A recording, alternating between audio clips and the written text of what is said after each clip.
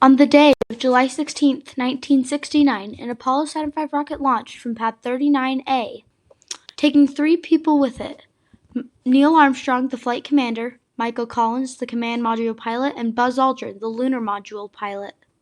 This historic flight won the moon race against the Soviet Union. As of the 1960s, nobody has landed on the moon. The Russians, who were big political foes, had made big strides to winning the space race and made a lot of firsts in that race. President John F. Kennedy had challenged America to land a man on the moon before the 1960s were out. The space agencies and some engineering groups believed that America could do this, and they did. America's biggest competitor in the space race was Russia, or at the time known as the Soviet Union. They had put the first person in space, the first artificial satellite, and the first dog in space. Both countries wanted to have the victory of putting the first person on the moon. Hundreds of thousands of people went in to help this launch. These can be funders to scientists, engineers, mission control workers, launch crew, and even the drivers who drove them to the launch pad. The Saturn V is the third of the U.S. manned spacecrafts. After the president's challenge, scientists and engineers went to work. They said they could find the technology to do so, and that America could do this. They put many engines and boosters to the test.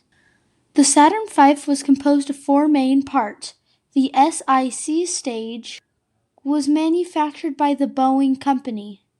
The S2 stage was manufactured by the McDonnell Douglas Corps. The S4B stage was manufactured by the McDonnell Douglas Corps, and the IQ component was manufactured by the International Business Machine Corps. The Saturn V was completed in 1967, and with the thousands of people, this program was finally brought together. On July 16, 1969, the 363-foot rocket launched at 3,417.5 miles an hour into the vacuum of space. After 76 hours, 3.16 days from launch, Command Module Columbia, along with Lunar Module Eagle, entered into moon orbit.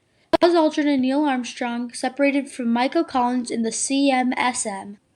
Though, after the successful undocking, they could not celebrate yet.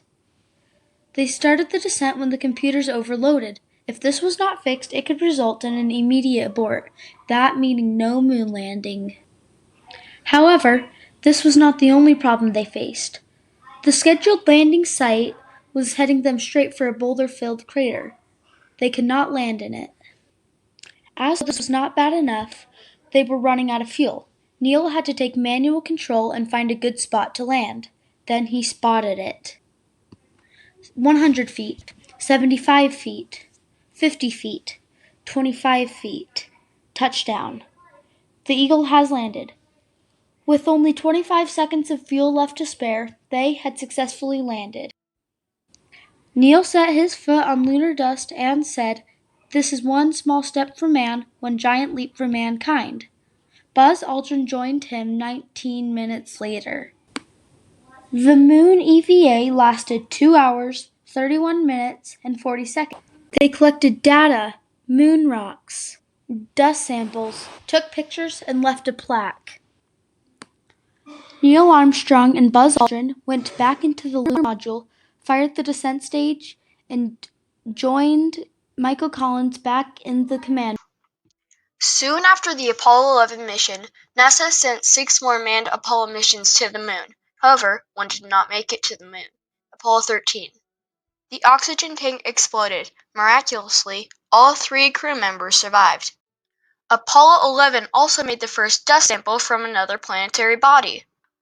The U.S. had won the space race. Also, Apollo 11 was a key stepping stone in ending the Cold War, although it did not end until 1991, about 22 years later. In 1975, the Soviet Union decided with the U.S. government that they wanted to become allies. They decided to send an Apollo capsule and a Soyuz capsule to dock in space. To show the world that they were becoming allies, they docked for about 2 days, and both launched on the same day of July 15, 1975. Bill Panter was a former NASA engineer who worked on Apollo 11 during the time of the launch. His perspectives on the impact are that it helped stop the Cold War and it strengthened the U.S.-Russian-Soviet Union relationship. So forth. But if we go more to a little bit of the social issues, remember the Cold War that we talked about that really led up to the United States wanting to put a man on the moon before the Russians could do that. Once that happened, once we approved we could do that, that was kind of a tipping point to the Cold War. The Russians all of a sudden began to kind of back off on that a little bit. And actually, the United States, and I say the Russians, it was the Soviet Union at that time. The Soviet Union actually made an agreement that, hey, we don't want to be in all this warring kind of atmosphere. Let's be friends. So they dreamed up the idea that, well, we both got really good space programs. Let's set up a combined United States, Soviet Union space program to show the world that we're friends now. So they decided what they were going to do was launch an Apollo spacecraft and launch one of the Soviet Union spacecraft called the Soyuz, and they would rendezvous in space, again, to demonstrate that we're all cooperating with each other. So not only did it have the benefit of all the technology advancement, but it also socially had the advantage of basically start the tapering down of the Cold War, which was a huge. In fact, this helped bring forth the ISS, docking all the components together, and the space shuttle era. The ISS stands even to this day. People are still visiting and even thinking of living there. On November 26, 2011, the NASA Mars rover Curiosity was launched, paving a way for Mars exploration.